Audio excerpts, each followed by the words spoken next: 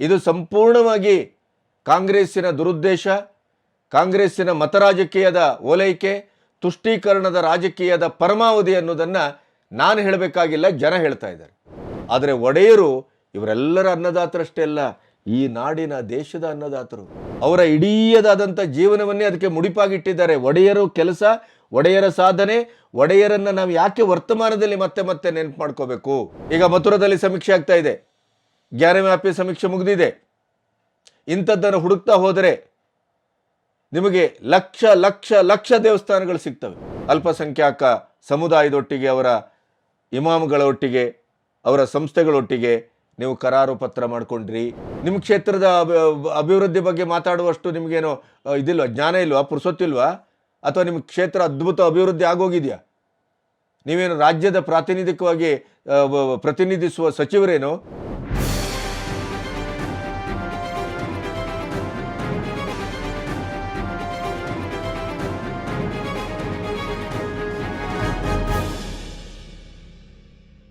ನಮಸ್ತೆ, B Ganapati news ಚಾನಲ್ಗೆ ಸ್ವಾಗತ.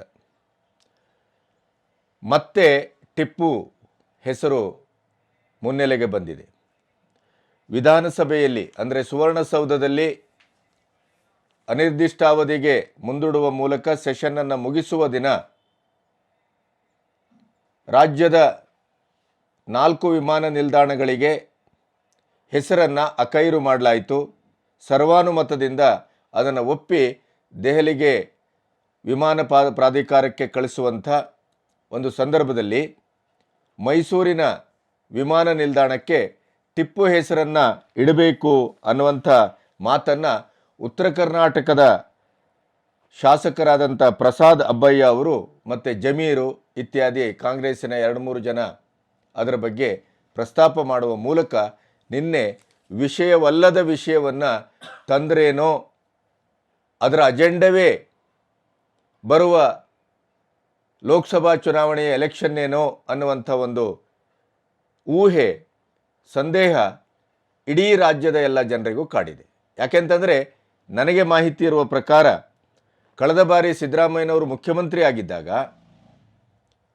ಮೈಸೂರಿಗೆ ನಾಲ್ವಡಿಯವರ ಅಥವಾ ಜಯಚಾಮರಾಜೇಂದ್ರ ಒಡೆಯರ ಹೆಸರನ್ನೇ ಇಡಬೇಕು ಅಂಥೇಳಿ ಅದನ್ನು ಫೈಲ್ ಪುಟಪ್ ಮಾಡಿ, ಜನಸಮೀಕ್ಷೆ ಮಾಡಿ, ಎಲ್ಲ ಅದರ ಸಂಬಂಧಿತ ಇಲಾಖೆಯ ಕೆಲಸಗಳನ್ನು ಮುಗಿಸಿ ಕೇಂದ್ರಕ್ಕೆ ಕಳಿಸಿದ್ದಾರೆ ಅನ್ನುವಂಥದ್ದು ಅಧಿಕೃತ ಮಾಹಿತಿ. ಈಗ ಮತ್ತೆ ಅದು ಪ್ರಸ್ತಾಪ ಆಗ್ತಾ ಇರೋದನ್ನು ನೋಡಿದ್ರೆ, ಅಥವಾ ಅದು ಕಳಿಸಿಲ್ವೇ ಅಥವಾ ಮರುಪರಿಶೀಲಿಸಿ ಅದನ್ನೇನೋ ಕಳಿಸುವಂಥ ವ್ಯವಸ್ಥೆಯನ್ನು ಮಾಡ್ತಾ ಇದ್ದಾರೆಯೇ, ಆ ಸಾಧ್ಯತೆ ಇದೆಯೇ, ಅದು ಈಗ ನಮಗೆ ಇನ್ನಷ್ಟೇ ಗೊತ್ತಾಗಬೇಕು. ಅದು ಏನೇ ಇದ್ದರೂ ಕೂಡ ಪ್ರಶ್ನಾತೀತವಾಗಿ ಅದೊಂದು ವಿವಾದದ ಪ್ರಶ್ನೆಯೇ ಅಲ್ಲ. ಅಥವಾ ಒಡೆಯರ ಸಂಸ್ಥಾನಕ್ಕೆ, ಅದು ಜಯಚಾಮರಾಜೇಂದ್ರ ಒಡೆಯರಿರ್ಬೋದು ಅಥವಾ ನಾಲ್ವಡಿಯವರಿರ್ಬೋದು, ಅವರಿಗೆ ಒಂದು ಸರಿಸಮಾನವಾಗಿ ಅಥವಾ ಪರ್ಯಾಯವಾಗಿ ಒಡೆಯರ ಹೆಸರನ್ನು ಬಿಟ್ಟರೆ ಇನ್ನು ಯಾರ ಹೆಸರನ್ನು ಇಡಬಹುದು ಅನ್ನುವಂಥ ಒಂದು ಯೋಚನೆ ಮಾಡೋದು ಅಪರಾಧವೇ. ಯಾಕೆಂತಂದರೆ ಒಡೆಯರ ಕೊಡುಗೆ ಆ ಮಟ್ಟದಲ್ಲಿದೆ. ಆದರೆ ಅದನ್ನು ಮೀರಿ ಏನಾದರೂ ಇಂಥವ್ರ ಹೆಸರಿಡಬಹುದೇ ಅಂತ ಒಂದು ಪ್ರಶ್ನೆ ಬರುವುದಾದರೆ ಅದು ಟಿಪ್ಪುದಂತೂ ಆಗಿರಲಿಕ್ಕೆ ಸಾಧ್ಯವೇ ಇಲ್ಲ ಅಂತ. ಇದು ಸಂಪೂರ್ಣವಾಗಿ ಕಾಂಗ್ರೆಸ್ಸಿನ ದುರುದ್ದೇಶ, ಕಾಂಗ್ರೆಸ್ಸಿನ ಮತ ರಾಜಕೀಯದ ಓಲೈಕೆ, ತುಷ್ಟೀಕರಣದ ರಾಜಕೀಯದ ಪರಮಾವಧಿ ಅನ್ನೋದನ್ನು ನಾನು ಹೇಳಬೇಕಾಗಿಲ್ಲ, ಜನ ಹೇಳ್ತಾ ಇದ್ದಾರೆ. ಯಾಕೆ ಈ ಪ್ರಶ್ನೆ ಇಷ್ಟು ಗಂಭೀರವಾಗಿ ಎಲ್ಲರನ್ನು ಕಾಡ್ತದೆ ಅಂತಂದರೆ, ಒಡೆಯರು ಕೊಟ್ಟಂಥ ಕೊಡುಗೆ, ಅದರ ಇಡೀದಾದಂಥ ಒಂದು ವಿಶ್ವರೂಪವನ್ನು ನೋಡಬೇಕಾಗಿಲ್ಲ. ಕೇವಲ ಅಣೆಕಟ್ಟು, ಕಾವೇರಿ ಜಲ ಬೆಂಗಳೂರಿಗೆ ಬರುವಂಥ ಒಂದು ಅದ್ಭುತವಾದಂಥ ಕೆಲಸ, ನೀರಾವರಿ, ಶಿಕ್ಷಣ, ಬೆಳಕು ಕೊಟ್ಟದ್ದು, ಮೀಸಲಾತಿಯನ್ನು ಆ ಕಾಲದಲ್ಲೇ ಪರಿಚಯಿಸಿದ್ದು, ನೀಡಿದ್ದು, ಹೀಗೆ ನೀವು ಪಟ್ಟಿ ಮಾಡ್ತಾ ಹೋದರೆ ಗಂಟೆಗಳ ಕಾಲ ಮಾತಾಡ್ಬೋದು. ಈಗಾಗಲೇ ನೀವು ಯೂಟ್ಯೂಬಲ್ಲಿ ಧರ್ಮೇಂದ್ರ ಅವರು ಮಾಡ್ತಾ ಇದ್ದಾರೆ. ಇತಿಹಾಸದ ಎಲ್ಲವನ್ನ ಡಿಗ್ ಮಾಡಿ ಮಾಡಿ ಮಾಡಿ ಹುಡುಕಿ ಒಬ್ಬ ಇತಿಹಾಸಕಾರ ಮಾಡುವ ಕೆಲಸವನ್ನು, ಉತ್ಖನನ ತಜ್ಞ ಮಾಡುವ ಕೆಲಸವನ್ನು ನಮ್ಮ ಧರ್ಮೇಂದ್ರ ಅವರು ಮಾಡ್ತಾ ಇದ್ದಾರೆ. ಧರ್ಮಿ ಅಂತಲೇ ಅವರನ್ನು ಪ್ರೀತಿಯಿಂದ ಕರೀತಾರೆ. ಅವರ ಚಾನಲ್ ಅದ್ಭುತವಾಗಿ ಬರ್ತಾ ಇದೆ. ಅವರ ಇಡೀ ಚಾನಲ್ಲಿನ ಆತ್ಮ ಏನು ಅಂತಂದರೆ ಮೈಸೂರು ರಾಜರ ಒಡೆಯರ ಸಾಧನೆ, ಸಾರ್ಥಕತೆ, ಮಾನವೀಯತೆ. ಅವರ ಇಡೀ ಆಡಳಿತದಲ್ಲಿ ಮೈಸೂರು ಪ್ರಾಂತ್ಯ ಅಷ್ಟೇ ಅಲ್ಲ, ರಾಜ್ಯದ, ದೇಶದ, ಇಡೀ ಸ್ವತಂತ್ರ ಭಾರತದ 75 ವರ್ಷದಲ್ಲಿ ಅವರ ಕೊಡುಗೆ ಏನು ಅನ್ನೋದನ್ನು ಧರ್ಮೇಂದ್ರ ಅವರು ಅದ್ಭುತವಾಗಿ ಜನಮನಕ್ಕೆ ಮುಟ್ಟಿಸುವ ಪುಣ್ಯ ಕೆಲಸವನ್ನು ಮಾಡ್ತಾ ಇದ್ದಾರೆ. ನೀವು ಅದನ್ನು ದಯವಿಟ್ಟು ನೋಡಿ. ಅಂಥ ಒಂದು ಒಡೆಯರ ಹೆಸರನ್ನು ನಿಜಕ್ಕಾದರೆ ಬೆಂಗಳೂರಿನ ವಿಮಾನ ನಿಲ್ದಾಣಕ್ಕೆ ಇಡಬೇಕಿತ್ತು. ಆದರೆ ವಿಮಾನ ನಿಲ್ದಾಣಕ್ಕೆ ಹೆಸರಿಡುವಂಥ ಸಂದರ್ಭದಲ್ಲಿ ಒಂದು ಜನಸಮೀಕ್ಷೆಯೂ ಆಗುತ್ತೆ. ಜನರ ಅಭಿಪ್ರಾಯ ಯಾರ ಪರವಾಗಿ ಹೆಚ್ಚು ಬರುತ್ತೆ ಅನ್ನೋದನ್ನು ಅದೇರದೇ ಆದಂಥ ಒಂದು ದಂಡದಲ್ಲಿ ಅಳೆಯಲಾಗ್ತದೆ. ಅದರ ಮೇಲೆ ಅದನ್ನು ತೀರ್ಮಾನ ತಗೊಳ್ತದೆ. ಆಮೇಲೆ ಅಂತಿಮವಾಗಿ ಶಾಸಕಾಂಗ ಪಕ್ಷ ಅದನ್ನು ತೀರ್ಮಾನವನ್ನು ತೆಗೆದುಕೊಂಡು ಕೇಂದ್ರಕ್ಕೆ ಕಳಿಸುವಂಥದ್ದು ಕ್ರಮ. ಇಂಥ ಹಿನ್ನೆಲೆಯಲ್ಲಿ ಈಗ ನಿನ್ನೆನೆ ಕ್ರಾಂತಿವೀರ ಸಂಗೊಳ್ಳಿ ರಾಯಣ್ಣನ ಹೆಸರನ್ನು ಹುಬ್ಬಳ್ಳಿ ಮತ್ತು ಧಾರವಾಡಕ್ಕೆ, ಕಿತ್ತೂರು ರಾಣಿ ಚೆನ್ನಮ್ಮ ಅವರ ಹೆಸರನ್ನು ಬೆಳಗಾವಿ ವಿಮಾನ ನಿಲ್ದಾಣಕ್ಕೆ, ಕುವೆಂಪು ಅವರ ಹೆಸರನ್ನು ಶಿವಮೊಗ್ಗ ವಿಮಾನ ನಿಲ್ದಾಣಕ್ಕೆ, ಜಗಜ್ಯೋತಿ ಬಸವಣ್ಣ ಅವರ ಹೆಸರನ್ನು ವಿಜಯಪುರ ನಿಲ್ದಾಣಕ್ಕೆ ಇಡುವಂಥ ಕೆಲಸವನ್ನು ಸರ್ವಾನುಮತದಿಂದ ಮಾಡಿ ಕಳಿಸುವಂಥ ಹೊತ್ತಿನಲ್ಲಿ ಈ ಶಿವಪೂಜೆಯಲ್ಲಿ ಕರಡಿ ಬಂದ ಹಾಗೆ ಪ್ರಸಾದ್ ಅಬ್ಬಯ್ಯ ಅವರು ಟಿಪ್ಪು ಸುಲ್ತಾನ್ನ ಹೆಸರನ್ನು ತೆಗೆದರು. ಅದಕ್ಕೆ ಜಮೀರ್ ದನಿ ಕೂಡಿಸಿದರು. ಮತ್ತೊಂದೆರಡು ಶಾಸಕರು, ಸಚಿವರು ಅದಕ್ಕೆ ಒತ್ತಾಸೆಯಾಗಿ ನಿಂತರು. ಹಾಗಾದರೆ ಹೆಗಡೆಯವರ ಬಗ್ಗೆ ಹಿಂದೆ ಮುಖ್ಯಮಂತ್ರಿಗಳಾಗಿದ್ದಾಗ ಸಿದ್ದರಾಮಯ್ಯನವರು ಒಡೆಯರ ಆಸ್ತಿಗಳನ್ನೆಲ್ಲ ಜಪ್ತಿ ಮಾಡಿ ಸರ್ಕಾರಕ್ಕೆ ಸೇರಿಸ್ಕೋಬೇಕು ಅನ್ನುವಂಥ ಮಾತನ್ನು ಆಡಿದರು.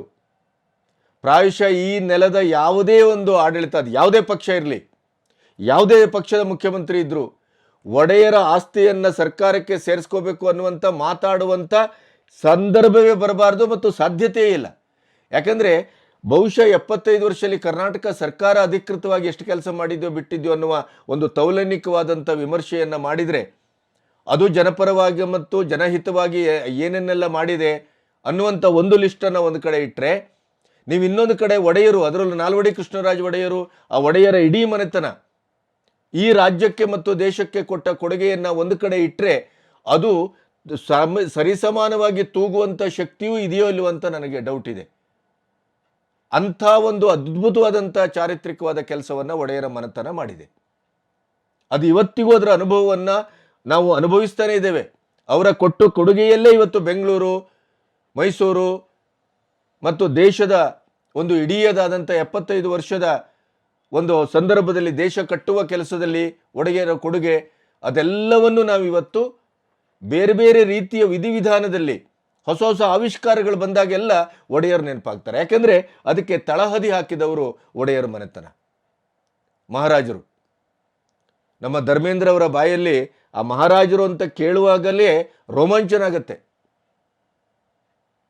ಅವರ ಇಡೀದಾದಂಥ ಜೀವನವನ್ನೇ ಅದಕ್ಕೆ ಮುಡಿಪಾಗಿಟ್ಟಿದ್ದಾರೆ. ಒಡೆಯರು ಕೆಲಸ, ಒಡೆಯರ ಸಾಧನೆ, ಒಡೆಯರನ್ನು ನಾವು ಯಾಕೆ ವರ್ತಮಾನದಲ್ಲಿ ಮತ್ತೆ ಮತ್ತೆ ನೆನಪು ಮಾಡ್ಕೋಬೇಕು? ಒಂದು ನೆನಪು ಮಾಡಿಕೊಡುವಂಥ ಜನಪರವಾದಂಥ ವ್ಯಕ್ತಿಯ ಹೆಸರನ್ನು ಇಡಬೇಕ್ರಿ, ವಿನಃ ಜನರ ಮನಸ್ಸನ್ನೇ ಕ್ರೂರವಾಗಿ ಕೊಂದಂಥ, ಮತಾಂತರ ಮಾಡದಂಥ, ನಮ್ಮ ಇಡೀ ದೇಗುಲಗಳನ್ನು ನಾಶ ಮಾಡದಂಥ, ಇಡೀ ಇತಿಹಾಸವನ್ನು ಕೊಂದಂಥ ಒಬ್ಬ ಮತಾಂಧನ ಹೆಸರನ್ನು, ಧರ್ಮಾಂಧನ ಹೆಸರನ್ನು, ಮತಾಂತರಿಯ ಹೆಸರನ್ನು, ಕೇವಲ ಬ್ರಿಟಿಷರ ವಿರುದ್ಧ ಹೋರಾಡಿದವರು ಟಿಪ್ಪುನಂಥವರು ಈ ದೇಶದಲ್ಲಿ ಲಕ್ಷ ಲಕ್ಷ ಜನ ಇದ್ದಾರೆ. ಅವರನ್ನೆಲ್ಲ ಇತಿಹಾಸದ ಅಡಿಯಲ್ಲಿ ಹೂತು ಸಮಾಧಿ ಮಾಡಿ ಕೇವಲ ಒಂದು 20-24 ವರ್ಷದ ಇತಿಹಾಸವನ್ನು ನೆಹರು, ಗಾಂಧಿ ಇವರೆಲ್ಲರ ಮುಂದಾಳತ್ವದಲ್ಲಿ ಸ್ವತಂತ್ರ ಭಾರತದ ಇತಿಹಾಸ ಅಂದರೆ ಇಷ್ಟು ಅನ್ನುವಂಥ ಒಂದು ಕಲ್ಪಿತ ಇತಿಹಾಸವನ್ನು, ಕಪೋಲ ಕಲ್ಪಿತ ಇತಿಹಾಸವನ್ನು, ಭ್ರಮಿತ ಇತಿಹಾಸವನ್ನು ಅಥವಾ ಒಂದು ನಮ್ಮದೇ ಆದಂಥ ಒಂದು ಐತಿಹ್ಯವನ್ನು ಕಟ್ಟಿ ಹೋಗುವಂಥ ಕೆಲವು ಕುಚೋದ್ಯದ ವ್ಯಕ್ತಿಗಳ ಇತಿಹಾಸವನ್ನು ಓದುವಂಥ ಪರಿಸ್ಥಿತಿ, ದುರಂತ ನಮ್ಮ ಎದುರಿಗೆ ನಿಂತಿದೆ. ಅದಲ್ಲದೆ ಇದ್ದರೆ ನೀವು ಇಡೀ ಭಾರತದ ಸ್ವತಂತ್ರ ಭಾರತದ ಇತಿಹಾಸದ, ಸ್ವಾತಂತ್ರ್ಯ ಚಳವಳದ ಇತಿಹಾಸವನ್ನು ಶುದ್ಧವಾಗಿ ನಾವು ಇವತ್ತೇನು ನಮ್ಮಂಥ ನೂರಾರು ಚಾನೆಲ್ಗಳು ಬೇರೆ ಬೇರೆ ವ್ಯಕ್ತಿಗಳ ಮೂಲಕ, ಬೇರೆ ಬೇರೆ ದಾಖಲೆಗಳ ಮೂಲಕ ಗಜೆಟೇರಿಗಳ ಮೂಲಕ ಎಲ್ಲೆಲ್ಲಿ ಸಿಗುತ್ತೋ ಅಲ್ಲಿಂದೆಲ್ಲವೂ ಆ ಒರಿಜಿನಲ್ ಆದಂಥ ಮೂಲ ಇತಿಹಾಸವನ್ನು ಇವತ್ತು ನಾವು ಹುಡುಕಿ ತೆಗಿತಾ ಇದ್ದೇವಲ್ಲ, ಅದಕ್ಕೆ ಆಶ್ಚರ್ಯ ಅಲ್ಲ, ಭಯಭೀತಗೊಳ್ತೇವೆ. ಯಾಕೆಂತಂದರೆ ಹೀಗೂ ಇದೆಯೇ? ಹಾಗಾದರೆ ಈಗ ನಾವು ಓದಿದ ಇತಿಹಾಸ ಯಾವುದು? ಸ್ಪಾನ್ಸರ್ಡ್ ಇತಿಹಾಸ ನಾವು ಓದ್ತಾ ಇರೋದು. ಸ್ಪಾನ್ಸರ್ಡ್ ಇತಿಹಾಸ, ಸ್ಪಾನ್ಸರ್ಡ್ ಹಿಸ್ಟ್ರಿ. ಈ ಟಿಪ್ಪು ಸುಲ್ತಾನ ಮಾಡಿದ್ದು ಒಂದ ಎರಡ? ಏನು ಮಾಡಿಲ್ಲ ಅಂತ ಕೇಳಿ, ಎಲ್ಲವನ್ನು ಮಾಡಿದ್ದಾರೆ ಅವರು. ಅವರ ಅಪ್ಪನಂತೂ ಅಲ್ಲಿ ಕೆಳದಿ ಸಂಸ್ಥಾನದ ವೀರಶೈವರ ಮಾರಣ ಹೋಮ ಮಾಡಿದ್ದನ್ನು ನೀವು ಕೇಳಿಬಿಟ್ರೆ, ಪ್ರಾಯಶಃ ಇವತ್ತಿನ ಲಿಂಗಾಯತ ಸಮುದಾಯ ಅಥವಾ ಉತ್ತರ ಕರ್ನಾಟಕದ ಯಾವ ಶಾಸಕನು ಟಿಪ್ಪು ಹೆಸರನ್ನು ತೆಗೆಯುವುದು ಬಿಡಿ, ನೆನಪಿಸುವುದು ಕೂಡ ಇಲ್ಲ ಅವರ ಅಪ್ಪ ಮಗ ಸೇರಿ ಮಾಡಿದಂಥ ಈ ವೀರಶೈವ ಸಮುದಾಯಕ್ಕೆ ಮಾಡಿದಂಥ ದ್ರೋಹನ. ಇಂಥ ಒಂದು ಮದಕರಿ ನಾಯಕನನ್ನು ಕರ್ಕೊಬಂದು ವಿಷಾಕಿ ಕೊಂದದ್ಯಾರು? ಇದೇ ಟಿಪ್ಪು ಸುಲ್ತಾನ್ ತಾನೆ. ಆಮೇಲೆ ಯಾರೋ ಒಬ್ರು ಹೇಳ್ತಾ ಇದ್ರು ಮಾಧ್ಯಮದಲ್ಲಿ ಮಾತಾಡ್ತಾ, ಯತ್ನಾಳ್ ಹೇಳಿದ್ರು 4,000 ದೇವಸ್ಥಾನವನ್ನ ಟಿಪ್ಪು ಸುಲ್ತಾನು ಅದನ್ನು ಕೆಡವಿದ್ದಾನೆ, ಧ್ವಂಸ ಮಾಡಿದ್ದಾನೆ, ಅದರ ಇತಿಹಾಸ ಕೊಡಿ, ಆ ದೇವಸ್ಥಾನದ ಹೆಸರು ಕೊಡಿ, ಅದನ್ನು ನಾವು ನೋಡ್ತೇವೆ ಅಂತ ಯಾರೋ ಒಬ್ಬರು ಭಾಳ ಕೆಟ್ಟದಾಗಿ ಮಾತಾಡ್ತಾ ಇದ್ರು. ಅವ್ರಿಗೆ ಇತಿಹಾಸ ಜ್ಞಾನವೂ ಇಲ್ಲ, ವರ್ತಮಾನ ಜ್ಞಾನವೂ ಇಲ್ಲ, ಅವ್ರಿಗೆ ಟಿಪ್ಪು ಸುಲ್ತಾನ್ ಬಗ್ಗೆ ಗೊತ್ತಿಲ್ಲ, ಹೈದರಾಲಿಯ ಬಗ್ಗೆ ಗೊತ್ತಿಲ್ಲ, ಒಡೆಯರ ಬಗ್ಗೆ ಗೊತ್ತಿಲ್ಲ, ಅದು ಪ್ರಶ್ನೆ ಬೇರೆ. ಆದರೆ ಅವರಿಗೆ ಒಂದು ಪ್ರಶ್ನೆಯನ್ನು ಕೇಳ್ಬೋದು ನಾವು. 4,000 ದೇವಸ್ಥಾನಗಳನ್ನು ಅವನು ಧ್ವಂಸ ಮಾಡಿದ್ದಾನೆ ಅನ್ನುವಂಥ ಯತ್ನಾಳ್ ಅವರ ಇತಿಹಾಸದ ಪ್ರಜ್ಞೆ, ಅದನ್ನು ಒಂದು ಕಡೆಗೆ ಇಡೋಣ. ಇದೇ ಶ್ರೀರಂಗಪಟ್ಟಣದಲ್ಲಿ ಮೂಡಲಬಾಗಿಲ ಆಂಜನೇಯ ದೇವಸ್ಥಾನವನ್ನು ಇದೇ ಟಿಪ್ಪು ಸುಲ್ತಾನಿ ಮಸೀದಿಯನ್ನಾಗಿ ಪರಿವರ್ತಿಸಿದ್ದು ಇವತ್ತು ಜೀವಂತವಾಗಿದೆ. ಕಾಂಗ್ರೆಸ್ ಸರ್ಕಾರ ಇದನ್ನು ಬದಲಾಯಿಸ್ತದ? ಈಗ ಮಥುರಾದಲ್ಲಿ ಸಮೀಕ್ಷೆ ಆಗ್ತಾ ಇದೆ, ಜ್ಞಾನವ್ಯಾಪಿ ಸಮೀಕ್ಷೆ ಮುಗಿದಿದೆ. ಇಂಥದ್ದನ್ನು ಹುಡುಕ್ತಾ ಹೋದರೆ ನಿಮಗೆ ಲಕ್ಷ ಲಕ್ಷ ಲಕ್ಷ ದೇವಸ್ಥಾನಗಳು ಸಿಗ್ತವೆ. ಮಾಡ್ತೀರಾ ಇದನ್ನು? ಆಂಜನೇಯನ ದೇವಸ್ಥಾನವನ್ನು ವಾಪಸ್ ತರ್ತೀರೇನೋ? ಕಟ್ಟಿ ತೋರಿಸಿ ನೋಡೋಣ ನಿಮಗೆ ತಾಕತ್ತಿದ್ರೆ. ಅದನ್ನು ಮಾಡಲಿಕ್ಕಾಗೋದಿಲ್ಲ. ಮತಾಂತರಿ, ಧರ್ಮಾಂಧ, ಆ ಕೊಡಗಿಗೆ ಹೋಗಿ ಕೇಳಿ, ಅಡ್ಡಂಡ ಅವರ ಬಾಯಲ್ಲಿ ಕೇಳಿ ಟಿಪ್ಪು ಸುಲ್ತಾನ್ನ ಕಥೆನ. ಕೊಡಗಿನ ಯಾವುದೇ ಒಂದು ಬೀದಿಯಲ್ಲಿ ಹೋಗಿ ಟಿಪ್ಪು ಸುಲ್ತಾನ್ ಅಂತ ಹೇಳಿ ಮೆಟ್ಟಲು ಹೊಡೆದು ಕಳಿಸ್ತಾರೆ. ಅಂಥ ಒಂದು ಕ್ರೌರ್ಯವನ್ನು ಆ ನೆಲ ಕಂಡಿದೆ. ಕೇವಲ ಆ ಸ್ವಾತಂತ್ರ್ಯ ಚಳವಳದ ಒಂದು ಪ್ರಸಂಗವನ್ನು ಇಟ್ಟುಕೊಂಡು ಇಡೀ ನಮ್ಮ ಪಠ್ಯಪುಸ್ತಕದಿಂದ ಹಿಡಿದು ಪ್ರತಿ ಒಂದು ಕಡೆ ನಾವು ಟಿಪ್ಪು ಸುಲ್ತಾನ್ನ ವಿಜೃಂಭಿತ ಇತಿಹಾಸವನ್ನಷ್ಟೇ ಗಮನಿಸಿದ್ದೇವೆ. ಮಾತಾಡಿದ್ರೆ ಹಕೀಂ ನಂಜುಂಡ ಅಂತೇವೆ, ಮಾತಾಡಿದ್ರೆ ಶೃಂಗೇರಿಗೇನೋ ಕೊಟ್ಟ ಅಂತೇವೆ. ಒಂದೆರಡು ಘಟನೆಗಳಿಂದ ಇಡೀದಾದಂಥ ಒಬ್ಬ ಮತಾಂಧನ ಚರಿತ್ರೆಯನ್ನು ಬದಲಿಸ್ಲಿಕ್ಕೆ ಸಾಧ್ಯ ಇಲ್ಲ, ಧರ್ಮಾಂಧನ ಚರಿತ್ರೆಯನ್ನು ಬದಲಿಕ್ಕೆ ಸಾಧ್ಯ ಇಲ್ಲ. ಅವರ ಖಡ್ಗದಲ್ಲಿ ಏನು ಬರೆದಿತ್ತು ಅನ್ನೋದನ್ನು ಕಳೆದ ವಿಡಿಯೋದಲ್ಲಿ ಹೇಳಿದ್ದೆ ನಾನು. ಕಾಫಿರ್ರ ಒಂದು ರಕ್ತವನ್ನು ಹೀರುವುದಕ್ಕಾಗಿ ಈ ಖಡ್ಗ ಉಪಯೋಗಿಸಲ್ಪಡ್ತದೆ, ಹಾತೊರೆಯುತ್ತದೆ ಅನ್ನುವ ರೀತಿಯಲ್ಲಿ ಆ ಶಬ್ದಗಳಲ್ಲಿ ಬರೆದಿತ್ವಲ್ಲ, ಅದು ಏನನ್ನ ಹೇಳ್ತದೆ ಅದು. ನಾನು ಕಾಂಗ್ರೆಸ್ನವರಿಗೆ ಒಂದು ಮಾತನ್ನು ಕೇಳ್ತೇನೆ, ಇಡೀ ಮೈಸೂರು ಸಾಮ್ರಾಜ್ಯದ ಒಡೆಯರ ಇತಿಹಾಸ ಇಷ್ಟು ಉಜ್ವಲವಾಗಿರುವಾಗ ಬಹುತೇಕ ನೀವು ಇಡೀ 75 ವರ್ಷದಲ್ಲಿ ದೇಶವನ್ನು ರಾಜ್ಯವನ್ನು ಕಾಂಗ್ರೆಸ್ಸೇ ಆಳಿತ್ತಲ್ಲ, ಒಡೆಯರಿಗೆ ಏನು ಕೊಟ್ರಿ? ಒಡೆಯರಿಗೆ ಏನು ಕೊಡುಗೆಯನ್ನು ಸಲ್ಲಿಸಿದ್ರಿ? ಸರ್ಕಾರದ ಹೆಸರಿನಲ್ಲಿ ದಸರಾ ಒಂದು ಮಾಡೋದು ಬಿಟ್ರೆ ನೀವು ಒಡೆಯರಿಗೆ ಏನು ಕೊಟ್ರಿ? ಟಿಪ್ಪು ಸುಲ್ತಾನ್ನ ಜಯಂತಿಯನ್ನು ಮಾಡುವುದು ಧಾರ್ಮಿಕವಾಗಿ ಮುಸ್ಲಿಂ ಧರ್ಮದಲ್ಲೇ ವಿರೋಧ ಇದೆ. ಆದರೂ ನೀವು ಮತ ಬ್ಯಾಂಕಿಗಾಗಿ, ವೋಟ್ ಬ್ಯಾಂಕಿನ ರಾಜಕಾರಣಕ್ಕಾಗಿ ಅದನ್ನು ಜಿದ್ದಾಜಿದ್ದಿಯಲ್ಲಿ ತೆಗೆದುಕೊಂಡು ಆ ಜಯಂತಿಯನ್ನು ಆಚರಿಸ್ಲಿಕ್ಕೆ ಹೊರಡ್ತೀರಿ. ಅದು ಬೇಕಾದ್ರೆ ಯಾರು ಸತ್ತರೊಡ್ಡಿಲ್ಲ, ಸಾಮಾಜಿಕವಾದ ಅಶಾಂತಿ ಉತ್ಪನ್ನ ಆದ್ರೊಡ್ಡಿಲ್ಲ, ಧರ್ಮದ ಮಧ್ಯೆ ಜಗಳ ಉತ್ಪನ್ನ ಆದ್ರೊಡ್ಡಿಲ್ಲ. ಏನಾದರೂ ಆಗಲಿ ನಾವು ಮಾಡಿಯೇ ಸಿದ್ಧ. ಒಡೆಯರ ಬಗ್ಗೆ ಇಂಥ ಒಂದು ಕಟಿಬದ್ಧತೆಯನ್ನು ಎಲ್ಲಾದರೂ ನೀವು ತೋರಿಸಿದ್ದೀರಾ? ತೋರಿಸಿ ನೋಡೋಣ. ಅವರ ಆಸ್ತಿಯನ್ನು ಸರ್ಕಾರಕ್ಕೆ ಒಳಗಾಕೊಳ್ಳೋದ್ರ ಬಗ್ಗೆ ತೋರಿಸುವ ಆಸಕ್ತಿಯನ್ನು, ಒಡೆಯರ ಸಾಧನೆ, ಸಾರ್ಥಕತೆ, ಕೊಡುಗೆ ಅಥವಾ ಒಡೆಯರನ್ನು ನಾವು ನಮ್ಮ ಇಡೀದಾದಂಥ ಕಾರ್ಯಕ್ರಮಗಳ ಮೂಲಕ ಎಲ್ಲೆಲ್ಲಿ ಸಾಧ್ಯವೋ ಅಲ್ಲಲ್ಲಿ ಅವರನ್ನು ನಾವು ನೆನಪಿಸ್ಕೊಳ್ಬೇಕು, ಅವರ ಹೆಸರನ್ನು ಚಿರಸ್ಥಾಯಿಯಾಗಿ ಉಳಿಸಬೇಕು, ಅವರ ಕೊಟ್ಟ ಕೊಡುಗೆಗೆ ನಾವು ಕೃತಜ್ಞತಾಪೂರ್ವಕವಾಗಿ ಅವರನ್ನು ಗೌರವಿಸಬೇಕು ಅನ್ನುವಂಥ ಯಾವ ಭಾವವೂ ಇಲ್ಲ ಅಂತ. ಯಾಕೆ ಗೊತ್ತಾ? ಅದಕ್ಕೂ ಕಾರಣ ಇದೆ. ಈ ಸರಿ ವಿಧಾನಸಭಾ ಚುನಾವಣೆಯ ಮೊದಲನೇ ಅಲ್ಪಸಂಖ್ಯಾತ ಸಮುದಾಯದೊಟ್ಟಿಗೆ, ಅವರ ಇಮಾಮ್ಗಳೊಟ್ಟಿಗೆ, ಅವರ ಸಂಸ್ಥೆಗಳೊಟ್ಟಿಗೆ ನೀವು ಕರಾರು ಪತ್ರ ಮಾಡಿಕೊಂಡ್ರಿ, ಮತಗಳ ಧ್ರುವೀಕರಣ ಆಗುವ ಹಾಗೆ ಮಾಡಿಕೊಂಡ್ರಿ. ಅದಕ್ಕೆ ತಕ್ಕಾಗಿ ಇವರು ಮಾನಗೇಡಿ BJPಗರು ಈಗಲೂ ಕೂಡ ಅಶೋಕ್ ಪ್ರತಿಪಕ್ಷ ನಾಯಕರಾದರು, ವಿಜಯೇಂದ್ರ ಅಧ್ಯಕ್ಷರಾದರು. ಇವರ ಒಳಗಿನ ಜಗಳ, ವೈರುಧ್ಯ, ಸುವರ್ಣ ವಿಧಾನಸೌಧದ ಈ ಸಭಾ ಕಲಾಪದಲ್ಲಿ ಒಂದು ವಿರೋಧ ಪಕ್ಷಕ್ಕೆ ಸಿಕ್ಕಿದಂಥ ಬ್ರಹ್ಮಾಸ್ತ್ರಗಳನ್ನು ಅಂಡಿನಡಿಯಲ್ಲಿ ಇಟ್ಕೊಂಡು ಕೂತು ಹೊರಗೆ ಬಂದರೆ ವಿನಃ ಕಾಂಗ್ರೆಸ್ಸನ್ನು ಒಂದು ಅಲ್ಲಾಡಿಸುವ ಮಟ್ಟಕ್ಕೆ, ಒಂದು ಸ್ಪರ್ಧೆ ಕೊಡುವ ಮಟ್ಟಕ್ಕೆ, ಜನತಾದಳದೊಟ್ಟಿಗಿನ ಒಂದು ಇದರ ಒಪ್ಪಂದ ಇದ್ದೂ ಕೂಡ ಏನು ಉಳಿಸ್ಲಿಕ್ಕಾಗಿಲ್ಲ. ಅಶೋಕ್ ಕೆಲವು ವಿಷಯದಲ್ಲಿ ಪ್ರಾಸರದ ಒಬ್ಬ ಬಫೂನ್ ಥರ ಆದರು. ಒಳಗಡೆನೆ ಅವರಲ್ಲೇ ಒಂದು ಒಮ್ಮತಕ್ಕೆ ಬರದೇನೆ ಕಾಂಗ್ರೆಸ್ಸಿನ ಎದುರು BJP ನಗೆಪಾಟ್ಲಿಗೀಡಾಯಿತು. ಇಂಥದ್ದೇ ಮಾಡಿದ್ದು. ಇದೆಲ್ಲದರ ಕಾರಣಗಳು ಕಾಂಗ್ರೆಸ್ಸಿನ ಜೈಬೇರಿಗೆ ಕಾರಣ ಆಯಿತು. ಅದರಲ್ಲೂ ಒಂದು ಅಂಕಿಅಂಶ ಕೇಳಿಬಿಟ್ರೆ 1,65,00,000 ವೋಟಲ್ಲಿ 45 ಲಕ್ಷ ಮುಸ್ಲಿಮರ ಓಟು ಬಂದಿದೆ. ಇದು ಹಿಸ್ಟ್ರಿ, ಇತಿಹಾಸ. ಈ ಮಟ್ಟದಲ್ಲಿ ಧ್ರುವೀಕರಣ ಆಗಿರಲಿಲ್ಲ ಯಾವತ್ತು. ಅದನ್ನೇ ರುಚಿ ಹಿಡಿದಂಥ ಈ ಕಾಂಗ್ರೆಸ್ಸು ಉತ್ತರ ಕರ್ನಾಟಕದವರಿಗೆ ಗೋಕುಲಾಷ್ಟಮಿಗೂ ಇಮಾಮ್ ಸಾಹಿಬಿಗೂ ಏನು ಸಂಬಂಧ ಅಂತ ಕೇಳ್ತೇವಲ್ಲ ನಾವು ಹಳ್ಳಿಗಳಲ್ಲಿ, ಹಾಗೇನೆ ಉತ್ತರ ಕರ್ನಾಟಕದ ಎಲ್ಲ ವಿಮಾನ ನಿಲ್ದಾಣಕ್ಕೂ ಅವಿರೋಧವಾಗಿ ಆಯ್ಕೆ ಆಯಿತು ಹೆಸರುಗಳು. ಅಲ್ಲಿ ಕೂತ್ಕೊಂಡು ಈ ಪ್ರಸಾದ್ ಅಬ್ಬಯ್ಯ ಮೈಸೂರಿಗೆ ಕಲ್ಲೊಡಿತಾರೆ. ಯಾಕೆ? ನಿಮ್ಮ ಕ್ಷೇತ್ರದ ಅಭಿವೃದ್ಧಿ ಬಗ್ಗೆ ಮಾತಾಡುವಷ್ಟು ನಿಮಗೇನೋ ಇದಿಲ್ವಾ, ಜ್ಞಾನ ಇಲ್ವಾ, ಪುರುಸೊತ್ತಿಲ್ವಾ? ಅಥವಾ ನಿಮ್ಮ ಕ್ಷೇತ್ರ ಅದ್ಭುತ ಅಭಿವೃದ್ಧಿ ಆಗೋಗಿದೆಯಾ? ನೀವೇನು ರಾಜ್ಯದ ಪ್ರಾತಿನಿಧಿಕವಾಗಿ ಪ್ರತಿನಿಧಿಸುವ ಸಚಿವರೇನು, ಶಾಸಕರು ನೀವು? ನಿಮ್ಮ ಕ್ಷೇತ್ರದ ವ್ಯಾಪ್ತಿಗೆ ಮಾತಾಡಿ.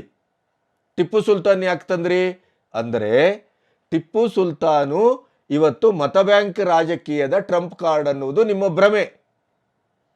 ಟಿಪ್ಪು ಸುಲ್ತಾನ್ ಅವರನ್ನು ಮುಂದಿಟ್ಕೊಂಡು ಜಯಂತಿ ಮಾಡಿಬಿಟ್ರಲ್ಲ, ಮತ್ತೆ 2019ರಲ್ಲಿ ಹೆಂಗೆ ಸೋತ್ರಿ? ಅಂಥ ಜಿದ್ದಾಜಿದ್ದಿಯಲ್ಲಿ ಮಾಡಿದ್ರಲ್ಲ, ಗೆದ್ದು ಬರಬೇಕಿತ್ತಲ್ಲ. ಯಾಕೆ ಈ ಸರಿ 136 ಸೀಟು ನಿಮ್ಮದು ಮುಸ್ಲಿಮರ ಒಂದು ಓಟಿನ ಕೇಂದ್ರೀಕೃತ ಧ್ರುವೀಕರಣದ ಸಂದರ್ಭದಲ್ಲಿ ನೀವು ಆರಿಸಿ ಬಂದ್ರಿ, ಸತ್ಯ. ಆದರೆ ನಿಮ್ಮ ಬಿಟ್ಟಿ ಗ್ಯಾರಂಟಿಯು ಅದಕ್ಕೆ ಪೂರಕ ಆಯಿತು. ಅದೆಲ್ಲದಕ್ಕಿಂತ ಮುಖ್ಯವಾಗಿ ಇವರು ಈ ಸೆಲ್ಫ್ ಸುಸೈಡ್ ಮಾಡ್ಕೊಳ್ಳಿಕ್ಕೆ ಹೊರಟಿದ್ರಲ್ಲ BJP ಅವರು, ತಮ್ಮ ತಲೆ ಮೇಲೆ ತಾವೇ ಚಪ್ಪಡಿ ಹೇಳ್ಕೊಳ್ಳಿಕ್ಕೆ ಹೊರಟಿದ್ರಲ್ಲ. ಈಗಲೂ ಅವ್ರಿಗೆ ಅರ್ಥ ಆಗಿಲ್ಲ. ಮಗ್ಗಲಿಗೆ ನೀರಲ್ಲ, ಸುನಾಮಿಯೇ ಹರಿದಿದೆ. ಆದರೂ ಅವ್ರಿಗೀಗ ಅರ್ಥ ಆಗಿಲ್ಲ. ಈಗಲೂ ಒಳಗೆ ಜಗಳ, ಅಧಿಕಾರದ ರಾಜಕೀಯಕ್ಕೆ ಜಗಳ, ಸ್ಥಾನಮಾನಕ್ಕಾಗಿ ಜಗಳ, ಜಾತಿ ಹೆಸರಿಟ್ಕೊಂಡು ಜಗಳ. ಉತ್ತರ ಕರ್ನಾಟಕ, ದಕ್ಷಿಣ ಕರ್ನಾಟಕ, ಮಧ್ಯ ಕರ್ನಾಟಕ, ಹಳೆ ಮೈಸೂರು ಅಂತೇಳಿ ಅಲ್ಲಿ ಜಗಳ. ಈ ಥರದ ಜಗಳಗಳ ಮಧ್ಯೆಯೇ ಅವರು ಮತ್ತು ಇನ್ನೂ ನೆಲಕ್ಕೆ ಬೀಳ್ತಾನೆ ಇದ್ದಾರೆ. ನೆಲಕ್ಕೇನು, ಪಾತಾಳಕ್ಕೆ ಹೋಗ್ತಾ ಇದ್ದಾರೆ. ಅದು ನಿಮಗೆ ಅಡ್ವಾಂಟೇಜ್ ಆಗುತ್ತೆ, ಪ್ರಶ್ನೆ ಬೇರೆ. ಆದರೆ ಒಡೆಯರಿಗೆ ಅವಮಾನ ಮಾಡುವ ಕೆಲಸವನ್ನು ಮಾಡಬೇಡಿ. ಒಡೆಯರ ಮನೆತನದ ಹೆಸರು ಬಂದಲ್ಲಿ ಟಿಪ್ಪು ಸುಲ್ತಾನ್ ಅಲ್ಲ, ಅದು ಯಾವ ಸುಲ್ತಾನನ ಹೆಸರನ್ನು ತರಲಿಕ್ಕೆ ಯೋಗ್ಯರಲ್ಲ. ಇವೊಂದು ನಮಗೆ ವಿಶ್ವೇಶ್ವರಯ್ಯನವರು ಅಂಥವರು, ಮಿರ್ಜಾ ಇಸ್ಮಾಯಿಲ್ ಅಂಥವರು, ಅಂಥ ಮಹಾನ್ ಮೇಧಾವಿಗಳು ಈ ರಾಷ್ಟ್ರಕ್ಕೆ ಕೊಟ್ಟ ಕೊಡುಗೆ ಅದ್ಭುತ, ಅನನ್ಯ, ಅನಂತ. ಆದರೆ ಒಡೆಯರು ಅಂತ ಬಂದಾಗ ಪ್ರಾಯಶಃ ಇವರಿಬ್ಬರ ಹೆಸರನ್ನು ಕೂಡ ಅಲ್ಲಿ ತಂದರು. ಅದು ಒಡೆಯರಿಗೆ ಸರಿಸಮಾನವಾದ ಹೆಸರಲ್ಲ ಅಂತಲೇ ಜನ ಹೇಳ್ತಾರೆ. ವಿಶ್ವೇಶ್ವರಯ್ಯನವರಿಗೆ ಅವ್ರದ್ದೇ ಪ್ರತ್ಯೇಕವಾದಂಥ ವ್ಯಕ್ತಿತ್ವ ಇದೆ, ಘನತೆ, ಗೌರವ ಇದೆ, ಸಾಧನೆ ಇದೆ. ಮಿರ್ಜಾ ಇಸ್ಮಾಯಿಲ್ ಅವರಿಗೂ ಪ್ರತ್ಯೇಕವಾದಂಥ ಸಾಧನೆ, ಸಾರ್ಥಕತೆ ಇತಿಹಾಸದಲ್ಲಿ ದಕ್ಕಿದೆ. ಆದರೆ ಒಡೆಯರು ಇವರೆಲ್ಲರ ಅನ್ನದಾತರಷ್ಟೇ ಅಲ್ಲ, ಈ ನಾಡಿನ, ದೇಶದ ಅನ್ನದಾತರು. ಅವರು ಕೊಟ್ಟ ಕೊಡುಗೆ ಏನು? ಅದು ಅವರ ಹೆಸರು ಟಿಪ್ಪುವನ್ನು ತರ್ತೀರಿ ಅಂತಾದರೆ ನೀವು ಒಡೆಯರ ಮನೆತನಕ್ಕೆ, ಒಡೆಯರ ಇತಿಹಾಸಕ್ಕೆ ದ್ರೋಹ ಬಗೆತೀರಿ ಅಂತ ಅರ್ಥ. ನೀವು ವೋಟ್ ಬ್ಯಾಂಕಿಗಾಗಿ ಏನು ಬೇಕಾದ್ರೂ ಮಾಡ್ತೀರಿ ಅಂತ ಅರ್ಥ. ಇದು ಜನದ್ರೋಹ ಅಲ್ಲ, ಇತಿಹಾಸದ ದ್ರೋಹ. ಇದು ಇಡೀ ಒಡೆತನ, ಮೈಸೂರು ಒಡೆತನಕ್ಕೆ, ಮೈಸೂರಿನ ಮನೆತನಕ್ಕೆ ಮಾಡಿದ ದ್ರೋಹ ಇದು. ಯಾವುದೇ ರಾಜಕೀಯ ಪಕ್ಷ ತನ್ನ ಅಧಿಕಾರದ ರಾಜಕಾರಣಕ್ಕೆ ಸ್ವಾರ್ಥಕ್ಕೆ ಈ ನೀಚ ಮಟ್ಟಕ್ಕೆ ಇಷ್ಟರ ಮಟ್ಟಕ್ಕೆ ಇಳಿಬಾರ್ದು. ಇದು ಒಳ್ಳೆಯ ಲಕ್ಷಣ ಅಲ್ಲ. ಇದು ದುರಂತ. ಹಾಗಾಗಿ ಟಿಪ್ಪುವನ್ನ ಹೆಸರನ್ನು ಇನ್ನೂ ಎಲೆಕ್ಷನ್ನಿಗೆ 4-5 ತಿಂಗಳ 6 ತಿಂಗಳ ಬಾಕಿ ಇದೆ. ಇನ್ನು ಯಾವ್ಯಾವ ಬಿಲದಿಂದ ಯಾವ್ಯಾವ ರೀತಿಯಲ್ಲಿ ಅವರ ಹೆಸರನ್ನು ತಂದು ನೀವು ವೋಟ್ ಬ್ಯಾಂಕ್ ರಾಜಕೀಯ ಮಾಡ್ತಿರೋ ಅದು ಆ ದೇವರಿಗೆ ಗೊತ್ತು. ಅಂತೂ ನಿಮ್ಮದು ಚಾಲ್ತಿಯಲ್ಲಿರುತ್ತೆ. 10,000 ಕೋಟಿ ಕೊಡ್ತೇನೆ ಅಂತೀರಿ, ಇನ್ನೊಂದು ಕೊಡ್ತೇನೆ ಅಂತೀರಿ, ಮಗದೊಂದು ಕೊಡ್ತೇನೆ ಅಂತೀರಿ. ಎಷ್ಟು ಅವರ ಪರವಾಗಿ ಬ್ಯಾಟಿಂಗ್ ಬೀಸ್ತೀರಿ, ಏನನ್ನು ಮಾಡಲಿಕ್ಕೆ ಹೊರಟಿದ್ದೀರಿ? ಜನ ನೋಡ್ತಾ ಇದ್ದಾರೆ. ಜನ ದಡ್ರಲ್ಲ. ಜನ ಮೊದಲನಂಗೂ ಇಲ್ಲ, ತಿಳ್ಕೊಳ್ಳಿ. ಏನೋ ಬಿಟ್ಟಿ ಭಾಗ್ಯ ಈ BJP ಅವರ ದುರಂತದ ಕತೆ ಕಾರಣಕ್ಕಾಗಿ ನೀವು ಆರಿಸ್ಬಂದು ಬಿದ್ದು ಬಿಟ್ರಿ. ಪಂಚರಾಜ್ಯ ಚುನಾವಣೆಯಲ್ಲಿ ನಿಮ್ಮ ಹಣೆ ಬರ ಎಲ್ಲ ಗೊತ್ತಾಯ್ತಲ್ಲ. ನಿಮ್ಮ ಬಿಟ್ಟಿನೂ ಇಲ್ಲ, ಯಾವುದೂ ಇಲ್ಲ. ಅಭಿವೃದ್ಧಿ ರಾಜಕೀಯ ಮತ್ತು ದೇಶಭಕ್ತ, ದೇಶ ಕಟ್ಟುವ ಒಬ್ಬ ಮನುಷ್ಯ ನಮಗೆ ಬೇಕು ಅನ್ನುವಂಥ ಏಕೀಮತಕ್ಕೆ ಬಂದದ್ದರ ಪರಿಣಾಮ ಏನಾಯಿತು ನಿಮಗೆ ಗೊತ್ತಾಯಿತು. 70,400 ಚಿಲ್ಲರೆಗೆ ಏರಿದಂಥ ಷೇರಿನ ಸೂಚ್ಯಂಕ ಇವತ್ತು ಮತ್ತೆ ಗಗನಚುಂಬಿಯಾಗಿ ಏರ್ತಾ ಇದೆ. ಕಾರಣ ಏನು?